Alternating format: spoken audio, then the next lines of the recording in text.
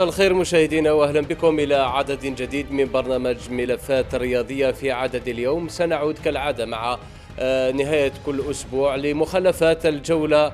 اليوم الجوله العشرين من الرابطه المحترفه الثانيه والتي لعبت فيها 7 لقاءات. سنحاول ان نستعرض فيها اهم الاهداف وسير اللقاءات وكذا التصريحات لمختلف المدربين واللاعبين بعد هذه الجولة. سنعود أيضا في هذا العدد للحديث عن مولودية سعيدة الذي شهد نهاية أسبوع صعبة بمغادرة المدربين فوزي موسوني ومراد رحموني من العارضة الفنية لهذا الفريق والالتحاق بفريق شبيبة القبائل وما حدث من تصريحات من هنا وهناك. سنحاول أن نستمع إلى آرائهم من خلال ضيوفنا الكريم. البداية بضيفنا محمد مساعدي رئيس النادي الهاوي لمولودية سعيدة. أهلا بك سي محمد وشكرا لك على تلبية الدعوة. لا شكرا على الواجب، بارك الله. وراح تكون نوعا ما صريح إلى أكبر درجة معنا اليوم لأنه الأسئلة كثيرة من شارع رياضي لسعيدة إن شاء الله إن شاء الله. إلى جانبه الأستاذ والمدرب القدير حسين زكريا. أهلا بك سي حسين، شكرا لك على حضورك معنا. أهلا بك طارق، أهلا بضيفنا من سعيدة وكل المتدخلين في القناة والمتتبعين. شكرا لك. إلى في الجهة المقابلة الإعلامي والزميل في قسم الرياضي لجزائر نيوز وجزائر تي في عمر سلامي. أهلا بك عمر، إحصائيات كبيرة راك وجدتها. الرابطة الثانية طارق. أهلا بك طارق وبجميع المشاهدين الكرام. إذن نبدأ الحديث ربما بقضية التي طفت على السطح في نهاية هذا الأسبوع، هي قضية مولودية سعيدة، هذا الفريق الذي يتوسط الترتيب في الرابطة المحترفة الثانية. نتائج متذبذبة نوعا ما، فوز وهزيمة في مختلف اللقاءات. قضية كانت في مغادرة المدربين قلت فوزي موسوني ومراد رحموني من العارضة الفنية لهذا الفريق. كلام كثير قيل سي محمد مساعدي حول مغادرة هذين الاسمين، هذين المدربين اللذين كانوا من الموسم الماضي في مولودية سعيدة. ماذا حدث بالضبط في هذه القضية؟ أنه سمعنا كلام كثير قيل عن هذا الأمر. بسم الله الرحمن الرحيم. فيما يخص القضية تاع سي رحموني وسي موسوني اللي كانوا معنا في الطاقم الفني من السنة الماضية من لا فاز دو روتور، نقولوا داروا عمل جبار، واحد من كرش جميل جاو وخدموا تصوفات ليكيب من لا ريليغاسيون. ولا وصلنا في الديبي ثاني كملوا عاودوا رونوفلو جدوا فيهم ثقه بور ان سيزون واحده اخرى. كانوا يخدموا، كنا كالعائله حنا ديجا انا نهضر على باسمي الشخصي والجماعه اللي معايا تاع الكلاب اماتير. حنا جينا لو مات سبتمبر، حنا لقينا الفريق بادي جينا زدنا ثاني، حنا دعمنا الفريق بالخبره تاعنا، بالاغلبيه تاع المكتب اللي هما ولاد الفريق وانصار. قعدنا نخدموا وكنا عائله واحده وكانت الامور عاديه حتى لا ديرنيير فوا الماردي. نعم الماردي كان اتصال بهذا شفنا انا بيرسونيلمون ما على باليش، احنا ما عيطوا لنا، ما هضروا معنا. سيكيل باري هما كانوا نيغوسيو مع الفريق تاع شبيبة القبائل، كان عندهم اتصالات نورمالمون. انا اللي صرحت بها اون طونك ريسبونسابل تاع في الفريق، احنا غرامانيا اللي ندارت ما عجبتناش نورمالمون. قدام لي اونطامي في لي كونتاكت مع شبيبة القبائل، كاين راكم في مديرية سعيدة، راك عندك عقد معنوي كونترا مورا مع الكلاب، كمل اونوري وما اعلم الاداره. قال انايا راني باين نتنقل لفريق شبيبة القبائل. احنا هذه امور تاع بالمكتوب، ما غادي انتم اللي ما عجبتكمش هي الطريقه، يعني عدم تشوفوها انه ما احترموش الاداره. دروك هو نيغوسيا مع ينيكيب وهو سو كونترا او برانسيب يعيط لنا حنا، قال خوتي راني باش نوضحوا برك سي محمد. يعيط لرئيس الشركه لانه مضى العقد مع رئيس الشركه. يعني هذا الاتصال ما كانش. لا انا جيستومون راني نقول لك، انا لو جور دو ماردي احنا كنا في البيرو، من بعد كملنا الخدمه تاعنا انا روحت للدار. عيط لي واحد من الزملاء تاعي، عيط لي قال لي راني نشوف في الهداف تي في، روحنا قال لي شوف تلقى موسوني ورحموني في شبيبة القبائل نقول لك صح انا تفاجات. بعد عيطت انا الرئيس تاع الشركه بيسكو كيما قلت هو اللي سني كونترا بروفيسيونيل، عيط له قلت له الرئيس ودي شاني يشوف منا، قال لي انا ثاني ما على باليش. هي كانت معلومه متداوله جميعا انه فوزي موسوني تم الاتصال، او مراد رحموني وفوزي موسوني تم الاتصال بهم من شبيبه القبائل يوم الثلاثاء. معلومه انتشرت وتصريح ربما، لكن ما تمش اخبار بالهزيله رئيس النادي. الاداره ما كانش على بالها، ما كانش على بالنا. وبعدين يوم الاربعاء انتم ايضا نزلتوا الى ارضيه الميدان. هناك اقاويل قيلت انه رده فعلكم انتم شخصيا يعني كرئيس نادي هاوي ما حاولتوش تستفسروا من المدربين ولا تقربوا منهم تشوفوا يعني الامر هذا؟ لا، جينا حضرنا لا سيونس، قعدنا قارعوا كي كمل لونترينمون، ما تنجمش تدخل في كمل لونترينمون، قعدنا قارعوا سيكل باري هو روح. احنا نيتنا قلنا بالك راه عنده جاو صحفيين تماك باو يدوا معلومات، قلنا يكمل معاهم ونتلاقوا معاهم. والو كمل مع الصحفيين، عاود هز لافواتير تاعو راه لو لوندومان احنايا عاود ولينا عندهم الجودي لا ديرنيير سيونس. جيت انا توشيت لهم لامين في لي دو زونترينور وهذه بشهاده اللاعبين. قعدنا هو قال لي راه عندنا كاين بروبليم تاع لي جوار على مال لابريم. قلت له ودي راه البروبليم ديجا كنا في لابونك، راه عندنا لا بروسيدير في الديريكتور تاع لابونك ما حدش ليطات لانه دخلوا اعانات للفريق من الطرف الولايي. احنا درنا واحد دو بريم، قعدت نفهم في لي جوار، ومن بعد جينا رايحين ثانيا لا ميم شوز. السيد استغفر الله هذيك الاربعه جودي، استغفر الله هذه جودي، جينا حنا كمل لونترينمون، ما كملوا لونترينمون راحوا لافواتير تاعهم وراحوا. عيطت انا الرئيس قلت له ودير الرئيس يعني المدربين صراحه غادتنا كي ما قيموناش، كانوا راحوا هزوا لافواتير وراحوا. عيطوا له قال لي واه جيتم هما راهم يلوموا فيكم كيف ما قيمتوهم. قلت له كيف ما قيمتهاش، انا جيت انت مشيت لك لامه وقلت معاك وانت هزيت الفواتير تاعك وروحت وتقول لي انا ما قيمتكش. بصح في الاول سي محمد سعدني الاخبار اللي كانت تقول انه الطلاق يكون بالتراضي ما بين هذو الاداره والمدربين، كان بالتراضي وامور حتى الاداره تفهمت يعني في الاول، يعني انا نتكلم في الايام الاولى تفهمت قرار هذا بالالتحاق بشبيبة القبائل لأنه فريق اللي تربوا فيه ولعبوا فيه. بعد الاستنجاد بخدماتهم هم قالوا أنه حتى الأمور المادية ما كانتش مليحة، والرئيس بالهزيل راح يغادر الفريق، وبالتالي احنا عندنا عقد مع هذا الرئيس نغادروا الآن. هكذا كانت المعلومات تقول. وبعدين ردة فعل انتم النادي الهاوي ما تقبلوهاش هذا. اسمح لي انا كنا نقولوا احنا رانا في الاحتراف، هو راه مسني كونترا مورال مع البريزيدون روح بصح الفريق يقعد. مسعدي راه فيها، مسعدي يروح بصح مسني كونترا مورال مع الكلوب. لا راني غلط يا شيخ، راك مسني كونترا مورال مع الامسيه سعيده، ماشي مع سي لا بيرسون هذيك راهي تجيريني اليوم راني فيها، اليوم غدوه مانيش فيها. احنا الا كان انا نقول لك لو كان احترموا الاداره قال بلي رانا رايحين وقاعدين بنيغوسيو مع هذيك كانت الامور عاديه.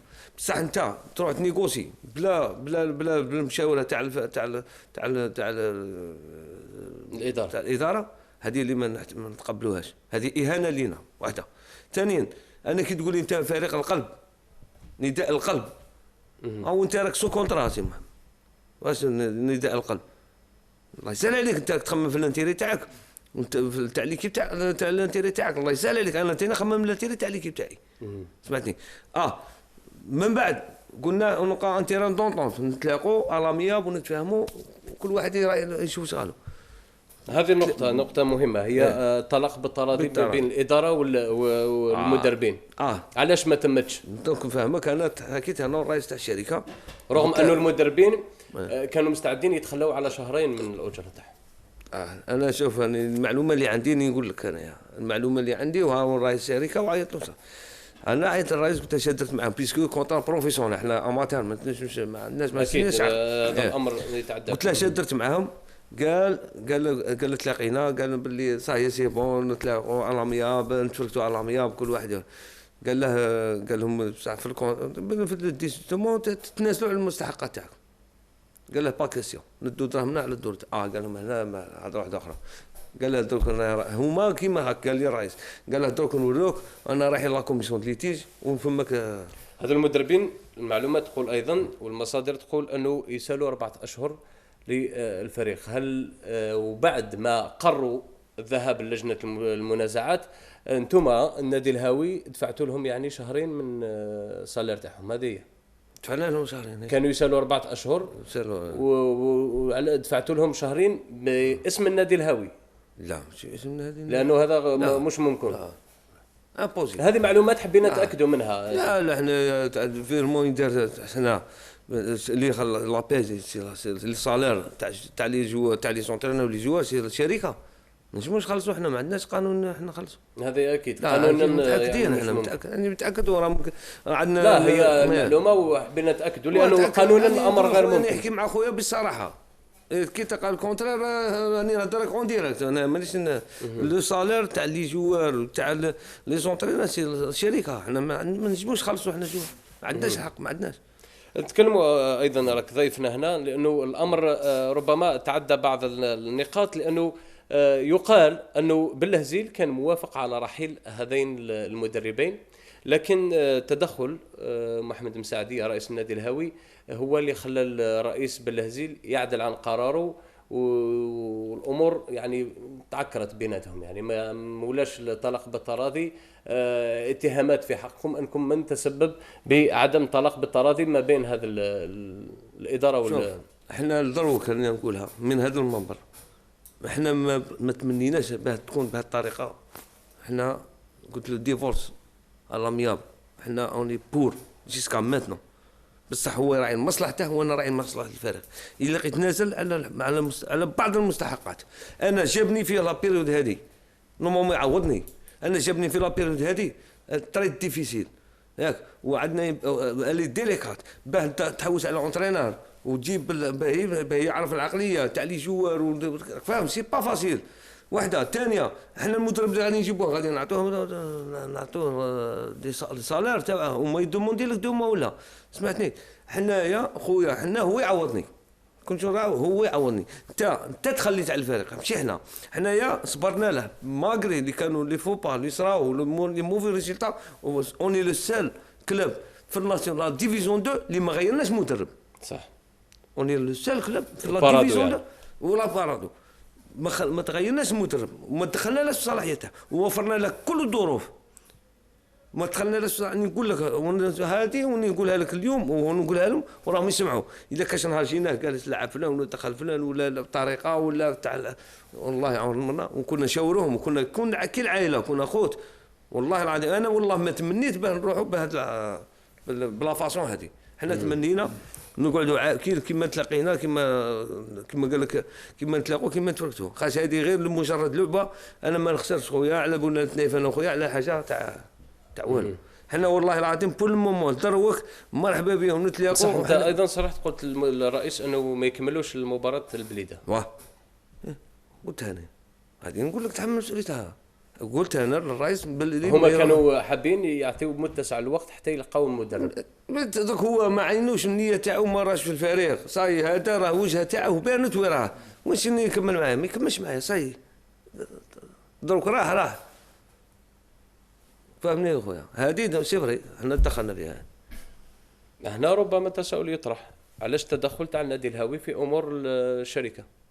مشي تشاورنا، مشي دخلنا في امور الشركه وندخلوا في الشركه. حنا ماجوريتا في الشركه.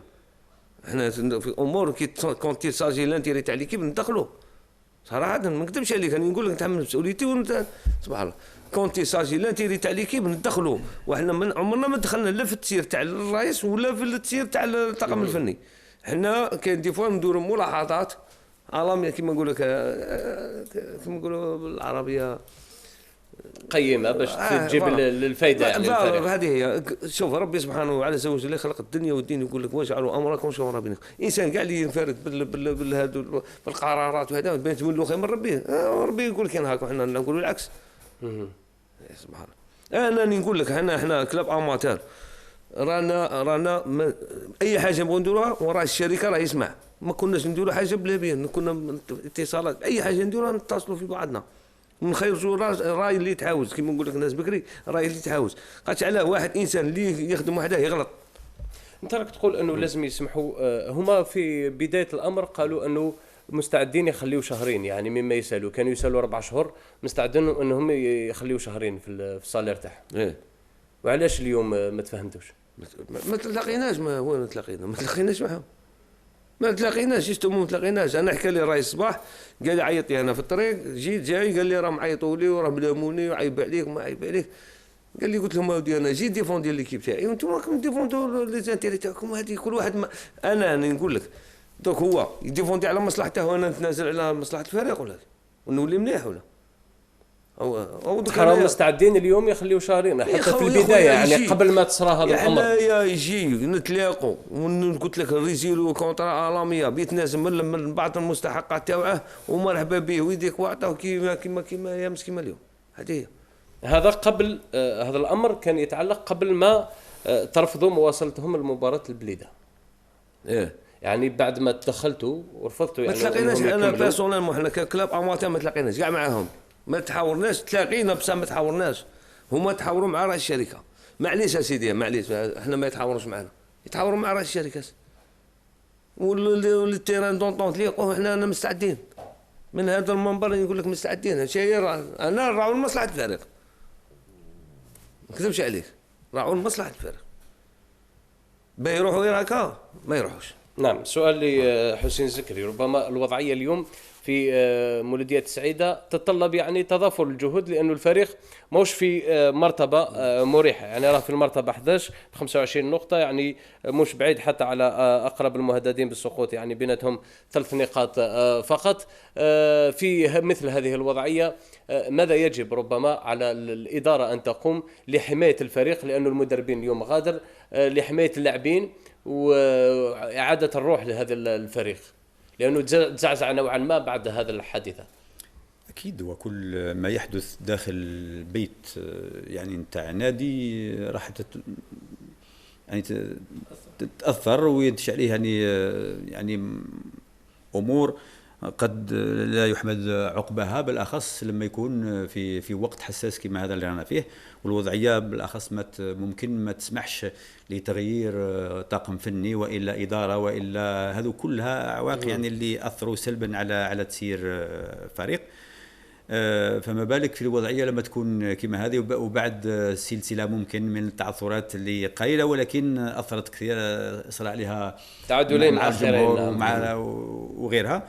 نظن باللي نتأسفوا يعني لهذا الوضع اللي راهي عايشته مولودية السعيدة، ولكن هذا قرار نظن أخذه الطاقم الفني، أخذه هو حر في قراره، والإدارة نظن حتى هي من حقها الدفع على حقوقها. هذا ما يعنيش أن راح يكون عدم تواصل وإلا عدم تفاهم، وإنما الإدارة تطلب في حقها وتقول أنا كإدارة لازم يجيني الإدارة ونتناقشوا، وهما ممكن الإطار الفني ثاني عنده أغراض أو أهداف أخرى ومصالح أخرى يحاول يدافع عليها، وإن شاء الله كل طرف يلقى الفايدة نتاعو، والنادي بربي إن شاء الله راح يتجاوز هذه الوضعية ويخرج منها إن شاء الله. عمر، بالنسبة يعني لفريق مولودية سعيدة، تعثرين يعني في الجولتين الماضيتين ربما خلت هذا الفريق يدخل الآن في حرب النقاط إن صح التعبير. نعم، هو راه في المرتبة 11 ب 25 نقطة، لكن لو كان ننظروا الجدول ترتيب للقمة نشوفوا ب4 نقاط على اتحاد بليدة اللي يلعب مازال عنده طموح ب 29 نقطة في المرتبة الرابعة. يعني نظن باللي مولودية سعيدة رغم أن في ال4 لقاءات الأخيرة خضات هزيمتين، غد يقدر يجعلوا في المرتبة الخامسة، لقات هزيمتين وتعادلين. غدا راهي مباراة مصيرية لاتحاد بليدة باش يواصل مع الاتحاد بسكرة وشبيبة بجاية، وكذلك مولودية سعيدة باش تدارك بعد 4 لقاءات، لأنه راح يدخل الشك بعد 4 لقاءات ما كاش فوز في الفريق، يجي المقابلة الخامسة، خاصة في ظل الظروف هذه اللي نقولوا تاع الطاقم الفني هذا. ونظن أنا بلي أمور كما هذه تاع الطاقم الفني رحموني وموسوني، عروض كما هذه يعني تحدث في البطولة، يعني يكون فريق تحدث عروض كما نشوفوا عروض الأحسن لاعبين في فريق، يعني يكون هو زعما هداف فريق ما، يجي عرض من فريق آخر، يعني يكون صح كيفاش تكون التنقل بالتراضي، يكون اتفاق. يعني هذه الأمور دائما تتحل في إطار اتفاق وكما يقول لك اتصال. يعني نظن أنا كما قلت الليلة الأولى اللي سمعت بالتاو رئيس الشركة بالهزيل، نظن باللي كان ثم الأول اتصال من رئيس الشركة يكون يتصل بالمدربين وشنو هذا الكلام منا. نظن باللي من حقه اي انسان ربما عنده طموح المدرب انه يروح لفريق شباب القبائل كما قال طارق اللي تربوا فيه ونظن من حق الاداره تحافظ على الاستقرار في الطاقم الفني، لانه الفتره هذه كما يقول لك حرجه. نظن باللي الجانب المادي هو اللي عرقل وادى الى هذا التشنج، بالدليل انه الطاقم الفني يقول لك نكمل المباراه تاع البليده، نشوفوا باللي تسمى ما كانش ما وصلوش وهي نورمالمون العكس يكون لما المدربين يحبوا يروحوا يقول لك انا نروح وانت تقول له معليش تروح بصح كمل لي الماتش تاع غطي لي هذه باش ما اعطيني الوقت هذا تاع اسبوع ولا 10. رد الفعل يختلف من شخص الى شخص. في هذا النقطه بالذات يعني بالهزيل لما تكلم مع هذين المدربين اصداء تقول انه تم الاتفاق وكل امور كانت يعني حتى الرئيس تفهم رغبة هذا الثنائي بالذهاب إلى شبيبة القبائل لما تعيشه شبيبة القبائل من وضعية. حتى هذو الاسمين حسوا أنه من مسؤوليتهم ربما التدخل لإنقاذ هذا الفريق العريق من الوضعية اللي يعيشها، وقال لهم يعني بصريح العبارة أنه متفهم رغبتهم في مساعدة هذا الفريق بما أنه تكونوا في هذا الفريق، خاصة بالنسبة لمراد رحموني اللي عاش أكثر من 10 سنوات ولا 11 سنة كلاعب في هذا الفريق.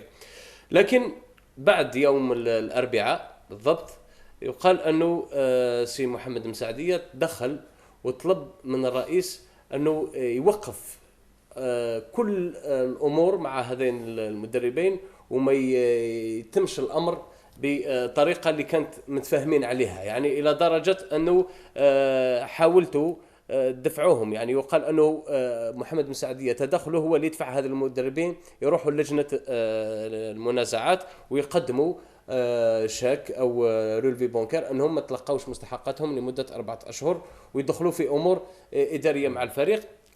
رضوخ بالهزيل لضغوطاتكم أنا نحاول نطرح أسئلة حتى نورو، يعني مانيش ضدك شخصيا، راك ضيفنا. لا أسئلة تطرح في الشارع الرياضي ربما في سعيدة نوضحوا الأمور.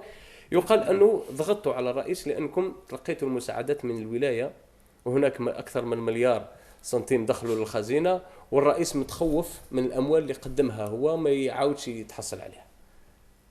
شوف احنا قلت لك احنا انا جيستو على انا جاي هنا، انا جاي كما قلت بان نوضحوا الراي العام. احنا عمرنا ما دخلنا قلت لك في التسيير تاع الفريق، قلت لكم عندنا ملاحظات نقولوهم. احنا الرئيس تلاقى هو للمدربين وما تفهموش، هما في بعضهم ما تفهموش، ماشي احنا ما حضرناش كاع لي نيغوسياسيون واحده.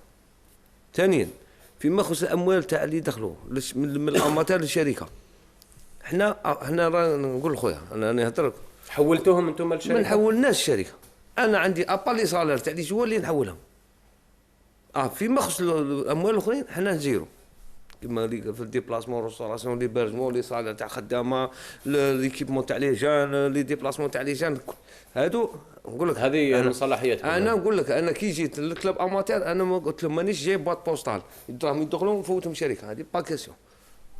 هذا عندكم فئات اخرى، عندكم امور اخرى انا عندي دراهم دخلوني نسير لي صالير تاع لي جوار نعطيهم من البلد ما نحبش مساعدات سي لانتيري تاع ليكيب هنا سي سير دومون دو بوزوان. قال شحال لي صاليرها شحال مونطون ندير لها ترونسفير ودرنا لها ترونسفير وخلصوا لي جوار لي صالير تاع خاطر خالصين لي جوار خالصين وما سيمان هذه ان شاء الله غادي نزيدو نخلصوهم. شحال عندهم شحال يسالوا؟ نزيدو 2 موا نزيدهم 2 موا ولا 3 موا هكاك ماكسيموم 3 موا فهمني. دروك انايا اللي ما فهمتهاش كاين دي زيكيب كاع المشاكل راهي في الصالير تاع لي صالير تاع لي جوا بارتو ماشي غير سعيده، راهي في الناسيونال ان بارتو والناس صابره والناس ما كان والو عادي امور عاديه. حنايا طشوا وكدا حنا ما كان جوار راح له حقه ماشي غير مني راني انا نهضر لك على لي ساني باسي كان جوار راح له حقه في سعيده كان جوار ابار كان عندنا علي حاجي اللي وقع له بروبليم مع الاداره السابقه وفوتها يعني هذيك تراكمات تاع اداره السابقه. فهمتني ابار هذا اللي سمعت به هذا الكال اللي على بالي به تاع الحاجي سمعتني، وديها خلص دراهم ودخل وديها دراهم. احنا كي يقول لك راهم يدخلوا في خدمه الرايس ومنها الرايس، انا هو عيط لي اليوم قال لي، قلت له شنو درت معاهم؟ قال لي تلاقينا باه نتفاهموا الاميه، نتلاقوا ان تيران دونطونت، هما يسمحوا شويه من حقهم وحنا شويه من حقنا ويروحوا. الله يسهل عليهم، انا ما شدهمش، هذه رغبه تاعهم بيغادروا بيغيروا الاجواء، من حقه واحد. درك الاب مع الاب، الاب مع الاب وكان ماهوش يقعد، هذه طبيعه. محمد السعديه وصل الدرجه وين واحد يحب الفراق ما يحبش يبقى يفومي تروفي ان تيران دونطونت. بارك الله فيك. يقال انه العكس حدث، يقال انه الاداره كانت بوجه طيب مع هذين الاسمين طيلة مشوارهم، طول الباساج تاعهم مع سعيده، لكن بمجرد اعلانهم رغبتهم في المغادره تقلبتوا عليهم. تقلبنا في حالنا، قلت لك انا قلت لك في بدايه الحصه، انا تقلبت على حاجه، على الطريقه تاع المغادره تاعهم. قلت لك انا نورمالمون يحترمنا كاداره، انا كنت دخلت له في الصلاحيه تغيرها ولا ما تغيرهاش؟ نهضروا صراحه، كنت دخلت له في الصلاحيه تغيرها ولا كنت درت امور اللي تجاوزت الصلاحيه تاع الطاقم الفارغ تولي علينا احنا. انا كيما هو يحس بنفسه وعندها كرامه تاعها وعندها شخصيه تاعها، انا ثاني عندي الشخصيه تاعي. سمعتني، انا مانيش جاي هنايا بوبي هنايا. تفهموا من كلامك انك تقصد شخص واحد؟ ماني انا طاقم فردي.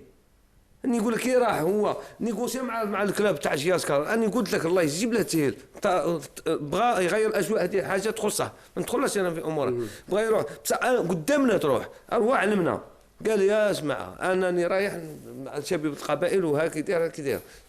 شوف نقول له احنا بنقول له ندور له في المصر ما صاني ندور له ويروح بكل، والله العظيم قسما بالله العلي العظيم اني يحفظ بالله ما كان من غير ربي سبحانه، والله اللي كنا بنديروا ريسبسيون، كنا بنديروها جودي مع العصر، قلنا خلي صباح يكمل لاسيون ساعه والعشيه نتلاقوا نديروا ريسبسيون، والله العظيم اللي كنا بنديروها.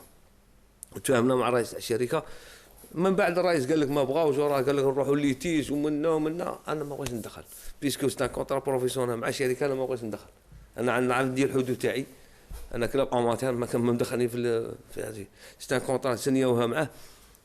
هذه نقول لك الرئيس يسمع، ولا كان ما قلت غير كلام اللي هو قال لي. حسيتوا بخيانه؟ ماشي خيانه، ماشي حسينا بخيانه، احنا حسينا بالاهانه. علاه؟ دوك كاين مسيرين في فريق، انا طاقم فني وانت رئيس، تحب انت انا نقدر نيكوسي مع ايكيب وانت ما على بالكش؟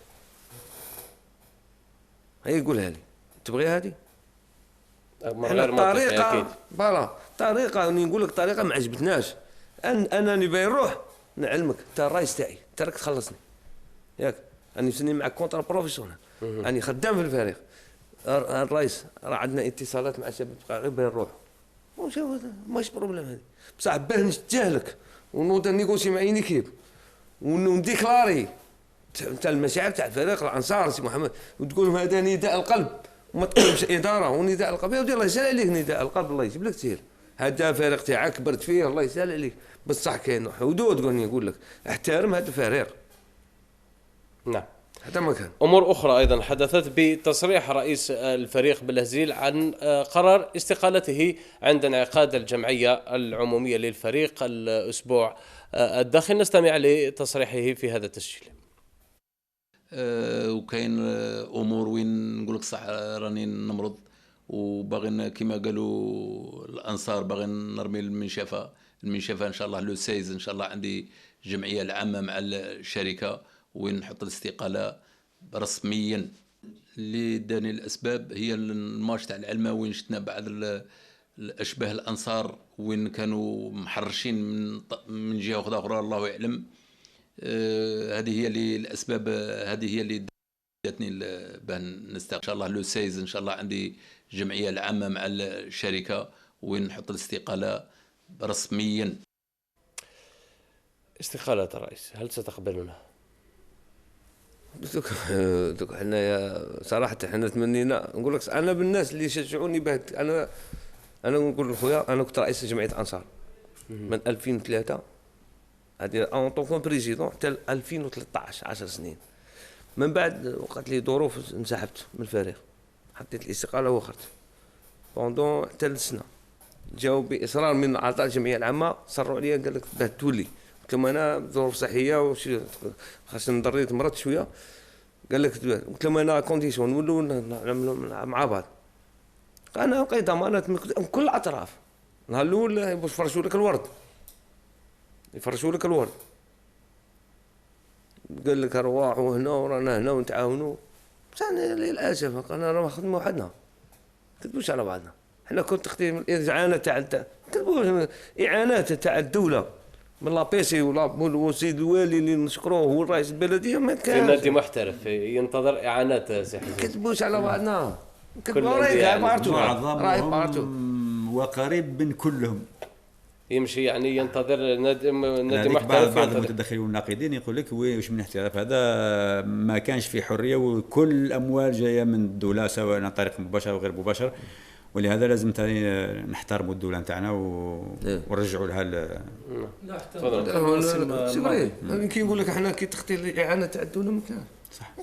ما نكذبوش على بعضنا، الفريق كاع تعبس. لا حتى في سياق الحديث تاعك الموسم الماضي نتذكر في مرحله توقف البطوله بين مرحله الذهاب والاياب لولا تدخل الوالي كان سقوط مولوديه سعيده. كان يعني كلش اجتمعتوا بكل اللاعبين والوالي وكلش حتى باش عاد الفريق في مرحله العوده يعني. حتى التصريحات تاع الرئيس اللي يتحدث عن اشباه الانصار، نظن باللي المحيط تاع الفرق في الجزائر تخسر زوج مباراه ودير تعادل في ميدانه كله نفسه الرابطه الاولى ولا الرابطه الثانيه، لكن نظن باللي المشكل في مولوديه سعيده مالي اكثر منه من هذا الجانب. نستمع إذا هذه الوضعية، خلينا نستمعوا لرأي أنصار مولودية السعيدة حول هذه الوضعية المتأزمة اللي تستاهل الحديث عنها. رانا نشوفوا الفريق راه في وضعية صعبة مع رحيل المدربين او الرئيس هذا الحالي راه يحاول يقول راني انسحبت. نطلبوا من السلطات ولا الجمهور يلتف حول الفريق باش يسلكوا الفريق. رانا نشوفوا الفريق راه في وضعيه صعبه. بصح الوقت هذا اللي رانا فيه ما يخليش الفريق هذا في الوضعيه هذه. وضعية إذا صعبة نورمالمون ما يخليوش الفريق. يعني أنتم اليوم أمام حمل ثقيل، إما تقنعوا وتحوسوا على مدرب، تقنعوا الرئيس بالعودة على الاستقالة تاعو، ولا تحاولوا تحوسوا على رئيس. أمور يعني في وقت صعب جدا. لا شوف كما قلت احنا الظروف اللي تمر فيها الفريق ظروف صعبة، بصح احنا مش غادي نتخلوا على الفريق. انا نهضر على كلاب اماتير. احنا كي دخلنا انا نقول لك صح، اي لا كي تكمل مادام قبلت المهمه مستعد لكل شيء. نكمل المهمه تاعي حتى نهايه السنه. تمك هضره واحده اخرى يعني نقعدوا يعني اخرى فور بوسيبل. نقول لك احنا غادي نكملوا بصح فور بوسيبل وكثر 20% ما نزيدوش. قاش علاه ما الامور ماشي بلاصه بالخير. ثانيا المدربين راحوا، هذه هي راح خويا احنا ماش غادي نحبسوا الا ندبروا على طاقم فني واحد اخر ونكملوا كما نقول لك لا ميسيون تاعنا. فيما يخص الطاقم الفني اللي غادر، احنا وخوتنا وقلناه وعملنا معاهم وكنا عائله، نتمنوا ما تكونش الطريقه هذه، نتلاقوا ونعاودوا على مياب ونتنازل كل واحد. هذه الدنيا، هذه مفاوضات، ما نكذبوش على بعضنا. نتلاقوا خاص الحل هي نتلاقوا. دروك إلا بقات عندهم هما ماهوش باغيين هذيك حاجه. قضيه المدرب لانه الان مازالهم بعقد.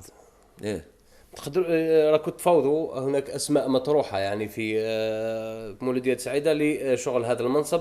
كيف يتم التعاقد مع مدرب وانتم مازال ما تعاقدناش؟ مازال احنا يعني ما عندكمش الوقت اليوم كيفاش يعني تحاولوا تحلوا هذا الوضع؟ شنو نورمال حنا دروك حنا كي لانه ما تساعدكمش اذا كان المدربين مازال متعاقدين، ما تقدروش تعاقدوا مع مدربين اخرين. ما تنجمش حنا حتى تندير لا ريزيلياسيون كونترا عاد تنجم تحاول مع مدرب تضرر في العمليه كيما هذه، فيها ظروف كيما هذه جوستومون. حنا على قلت لك لازم من المصلحه تاعهم والمصلحه تاعنا نتلاقوا ونلقوا حل اللي يرضي الطرفين. وكما قلت انا ما كما اليوم كما غدوه ان شاء الله ما حتى بروبليم. احنا جامي صرا لنا الاشكال هذا تاع المدرب، جامي صرات. كنا نتجاوز مدربين في اي فريق ماشي غير في سعيده كانوا يجوا بحكم النتائج يروح ولا هذه هي الدنيا سبحان الله. وصلنا هذا الوضعيه ما سي لا بريمير فوا انا نقول لك انا دابري ماني حياتي انا في المولوديه سي لا بروميير فوا نلقاو هذا ماهوش مشكله، غير افتعلناها ماهوش هذه والله ما هي مشكله. روح نتلاقوا، روح روح تحاوروا، تسمح من حقك وانا اسمح حقي، والله يسهل على خويا. انت ديفوندي روحك وانا نديفوندي ليكيب تاعي، والله يجيب لك هذا نداء نوجهوه. ربما اذا كان ممكن فوزي موسوني اذا كان ممكن يكون معنا يوم غد للرد يعني على هذا الطرح. احنا ماذا بينا نكونوا وسطاء وتلقاو الحل ان شاء الله. ان شاء الله هذه هي. سبحان الله الدنيا ما تكملش سبحان الله. ان شاء الله. المهم كان هذا ربما جزء حاولنا أن نوضح الأمور فيما حدث نهاية هذا الأسبوع في مولودية سعيدة.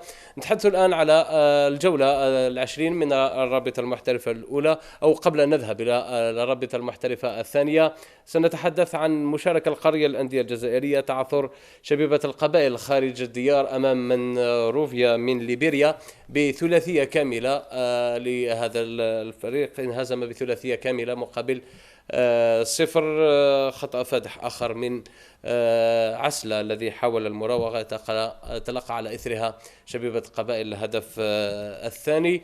المباراة الثانية ما بين الثورة وشبيبة الثورة ونادي رانجرز النيجيري انتهى بالتعادل الإيجابي. الثورة كانت سباقة لتسجيل هدف الفوز عن الهدف الأول عن طريق اللاعب فكرني بورديم، نعم، لتعدل النتيجة الفريق الزائر الفريق النيجيري، وهو ما يصعب الأمر لشبيبة الثورة التي تدخل المنافسة لأول مرة في تاريخها، وكان موعد هام احتفلت به نوعا ما كل مدينة بشار بهذه المشاركة القارية نظير احتلال الفريق الموسم الماضي المركز الثاني. هذا هو هدف تعديل النتيجة للفريق النيجيري.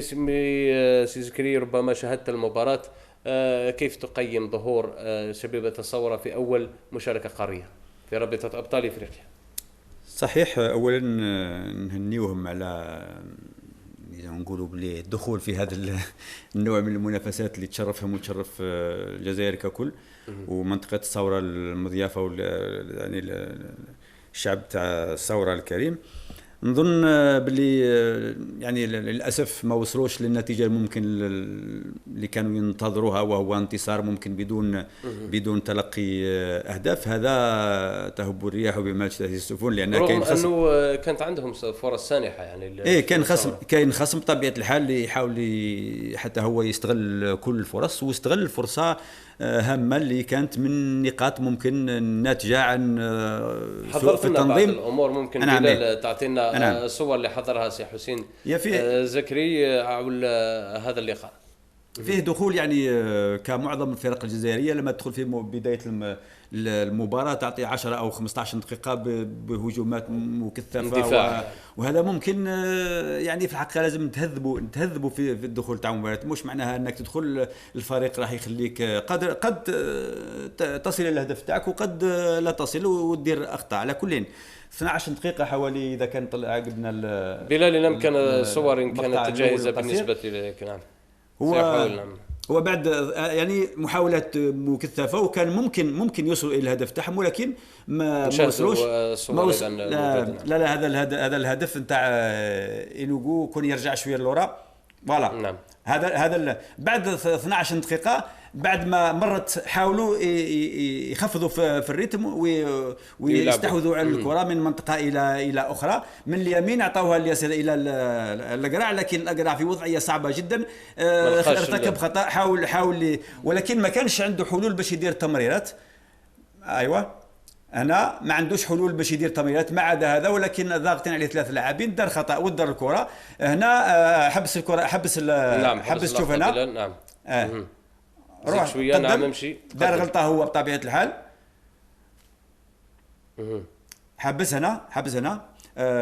شوف هنا بطبيعه الحال. شوف معزيز، شوف المدافعين المركزيين ما كانش تغطيه. انت سجلت التموقع تاع المدافع، ما كانش تغطيه في بلاصه. شوف بابيدي وين راهو بعيد ياسر، هو مدافع مركزي، ومعزيز اللي كان هو في الحق اليمين شوفوا اللي راهو ليه، وشوف لالينيومون تاع لي 4 ديفونسور ما كانش خلاص. هنايا نشوفوا في طوبال كان متخلف معزيز. اذا فاجئوهم بهجمه خاطفه اللي خلات بعدين ثاني اخطاء نتاع التحكم في الكره، ولما حكمها الحارس منعت ما تسجل. ثاني هذا كذلك ثاني خطا ثالث شغل يعني نقطه تحول من الوقت اللي كانوا ضاغطين فيه الى نقطه تخوف وشك من الناحيه الفنيه، ما عادوش يتحكموا في الكره. نظن هذه نقطه من نقاط التحول اللي كان ياخذوا عليها هدف، وهذا تعاودت كثير في المباراة، بحيث أن بطلوع بصعود المدافعين نتاع الأطراف كل مرة يبقى مدافعين فقط في المحور، والهجمات المضادة كانت تشكل خطر، من بينها الهدف إذا كان نشوفوا ذوك في اللقطة الثانية. حتى وإن كان اللقطة يعني ماهيش واضحة بزاف، ولكن نأكدوا على هذا أعطينا الهدف بلا اللقطة الثانية التي سجلها في قضية الهدف الذي تلقاه الصورة. فوالا بلا عقل برك. أعطينا الصورة كاملة. فوالا هنا حب الصورة هنا، أرجع شوي لور إذا كان يعطينا في الجراند تيكرون باش نتابعوها مليح. شوف يعني من مبادئ التنظيم الدفاعي أن لما تروح الكرة تقريبا المحور اللي يؤدي من حامل الكرة إلى المرمى لازم يكون فيه دفاع مكثف، وهنا بما أننا في 4 مدافعين، شوف القرعوين راهو بعيد، والطوبال هنا كذلك راهو بعيد لأنهم صعدوا وبقاو دائما 2 فقط، وزيد خرج مع عزيز بصفة مبكرة، خلى المدافع راح من وراه. شوف الطوبال هنا كون جا في مكانه كان ما يمكنش خطأ في التمركز أيضا. إذا كانوا مدافعين 2 من المفروض يكونوا في 4 في اتجاه ما بين الكرة والمرمى. هذا كذلك من الأخطاء اللي ارتكبوها بعدة مرات، كان فيها إذن التعديل، والتعديل ممكن آثار شك ودخل شك في نفوس اللاعبين، إلى درجة أن الشوط الثاني نحيوا الهدف الجميل اللي سجلوه الشاب بورديم، ونحيوه من عندنا لأننا نعرفه حتى وكنا كبرنا معه تقريبا. إذا الشوط الثاني نظن باللي الأمور كانت أكثر نرفزة، أكثر عدم تحكم، تسرع كثير جدا، وما كانش فيه يعني ولا مرة. هنا الملاحظة الأخيرة، ولا مرة كانت غير كرات عالية، وإلا ولا مرة استطعنا أننا لو كانت فيه إمكانية نشوفوا الصورة ما شفناهاش، ولكن ولا مرة قدرنا نلعبوا في ظهر الدفاع بتمريرة ودخل لاعب فيه، كلهم كثافة وإحنا نلعبوا الكرات، ولا مرة تعدينا باش نلعبوا تمريرات في ظهر الدفاع. إذن هذه ممكن خبرة. على كل حال أنا عجبني الروح الرياضية اللي كانت في المدرجات في الميدان في نهاية المباراة. هم مشكورين. هذا تعادل مازال الشوط الثاني، وهما عودونا أنهم في خارج ديار كذلك يديروا مباريات جيدة جدا. نتمنى إن شاء الله أنهم يروحوا يجيبوا تأهل من إنوغو رانجرز، ولما لا، ومشوار إن شاء الله جيد من بعد.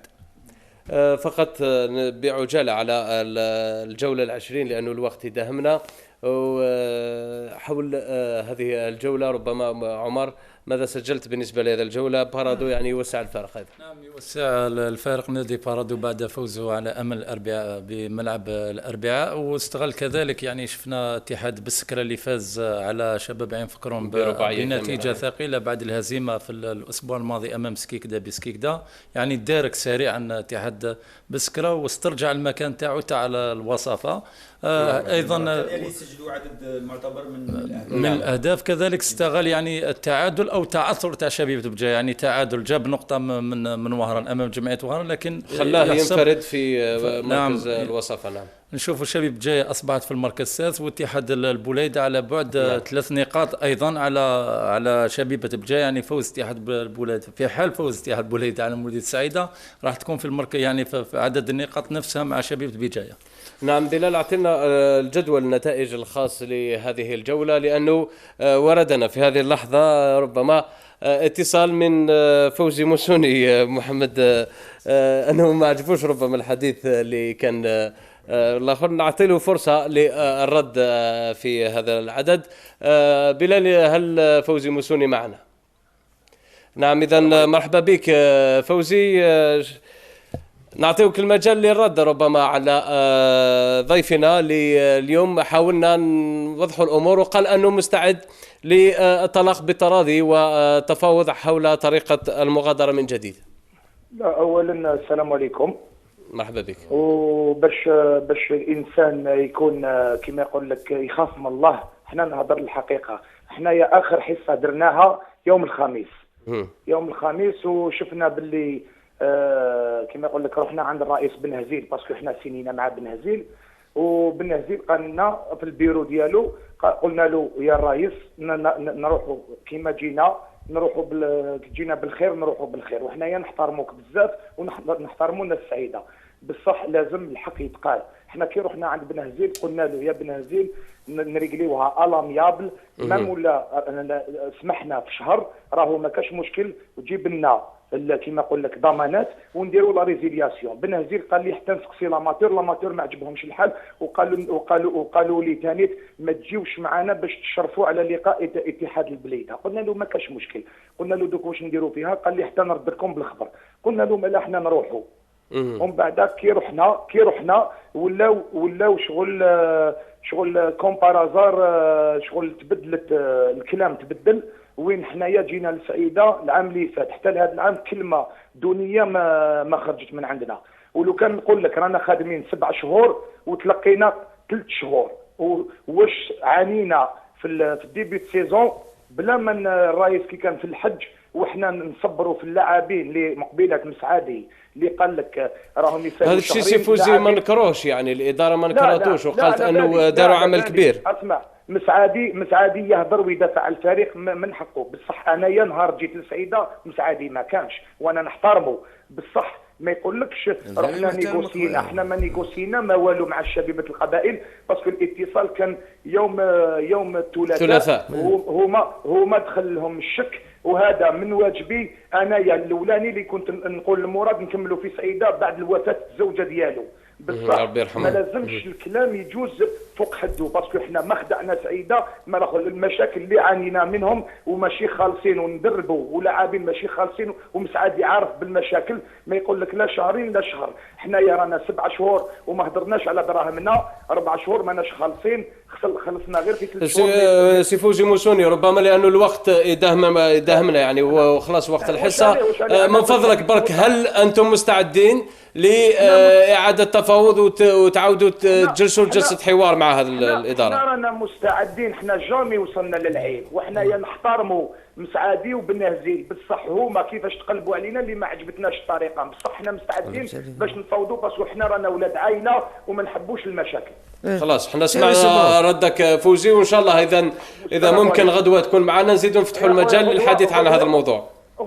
غدوه نجي ونوري لك كيما نقول لك A+B باللي ماناش راضين بالوثائق. شكرا لك فوزي، احنا خذينا الرد هذا، ربما باش نعاودوا نستغلوا الفرصه يزيد يردنا. شكرا لك فوزي على هذا التدخل. سي مسعدي تكلم، قال انه الامور انا شفتها يعني سوء تفاهم بسيط موجود. ردك على ما قال فوزي. قلت لك احنا قلت لك كما تلاقينا، انا شو قلت لك احنا كنا عائله. نعم. كنا عائله والله العظيم، كنا واحد العلاقات. انا نسيتو انا فوزي والله العظيم لك الخوت. احنا والله ما تمنينا هذه الطريقه، راني نقول لك والله ما تمنينا، راني نقول لك والله لو كنا بنديروا ريسبسيون، راني نقول لك والله مش مع تاع الاماتير، والله كنا ناويين اللي قال نروح كما قلت كما نقول لك. اولا المهم درك الوقت ضدكم، لا انتم ولا شبيبه القبائل، كيف الفرق في اثنين، ومازال ما غدوه باش ممكن يمضوا على العقد، مازال لحد الان مازال ما مضاوش. لكن سعيده ما تقدر تنتدب مدرب وشبيبه ايضا ما تقدر توقع على هذا. اذا في اسرع وقت باسهل الامور لازم تفسير المشكله. الشيخ هما كما قلت انت في مصلحتهم في مصلحتنا، ونقولوا للدين تاعنا والصلح وخير. احنا والله ما متمنين بهنا يا خويا كيما خويا فوزي ورحموني سبحان الله، واحد ما يكتبش، تعاملنا معهم ما شفنا منهم الخير. قلت لك احنا غير الطريقه اللي صارت هذيك والمفاوضات، هو من حقه يدافع على روحه واحنا من حقنا ندافع على روحنا ونتلاقوا ونلقوا لها حل، نتلاقوا ان شاء الله باذن الله ونلقوا حل لرضي الطرفين.